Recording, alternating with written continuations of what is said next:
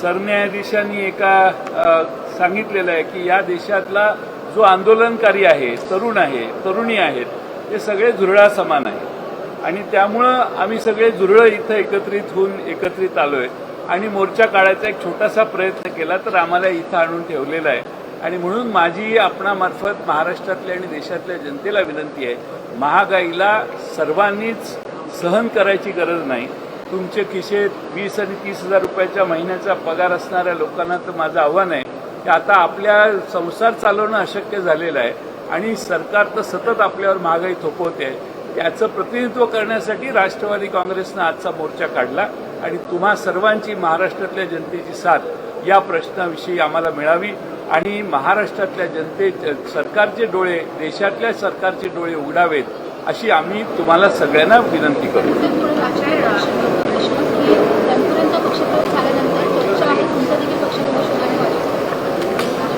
सुंदर प्रश्न विचारला। मगाशी बाहेर तुम्हाला असं रे उत्तर द्यायचं असतं,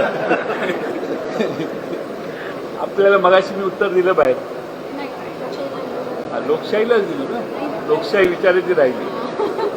त्यांचा पक्षप्रवेश झाला तो त्यांचा प्रश्न आहे, त्यांनी घेतलेला निर्णय आहे, त्यामुळे तुम्ही याचे प्रश्न त्यांना विचारा। मला विचारलं असतं त्यांनी पक्षप्रवेश करू तर माझं उत्तर नकारच आलं असतं आणि या महागाईत देशातली जनता कोणत्या दिशेनं चालली आहे हे समजून प्रत्येकाने वागावं।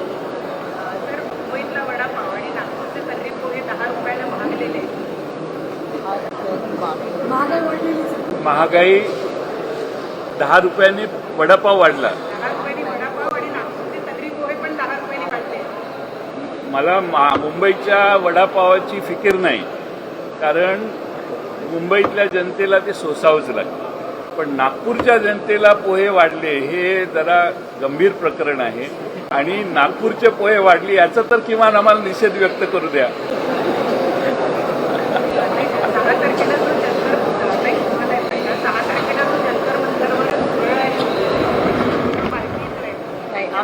दहा तारखेला राष्ट्रवादी काँग्रेस पक्षाचा वर्धापन दिन आहे।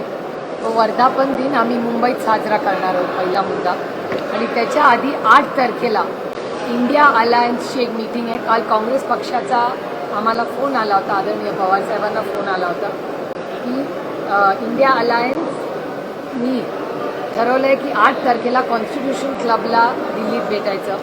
महागाई, बेरोजगारी, प्रचंड होणारा भ्रष्टाचार आणि नीटच्या परीक्षेमध्ये तुम्ही बघितलं काय झालं, त्यानंतर काल बदल्याही अनेक झाल्या आणि या परिस्थितीमध्ये देशाची आर्थिक परिस्थिती, सामाजिक परिस्थिती आणि राजकीय परिस्थिती ही सगळीच प्रचंड अडचणीत आलेली आहे आणि याच्याबद्दल नुसतं विरोधक म्हणून नाही पण एक जागृत भारतीय म्हणून इंडिया अलायन्सचे सगळे घटक 8 तारखेला 11:30 वाजता कॉन्स्टिट्यूशन क्लबला दिल्लीला आम्ही भेटणार।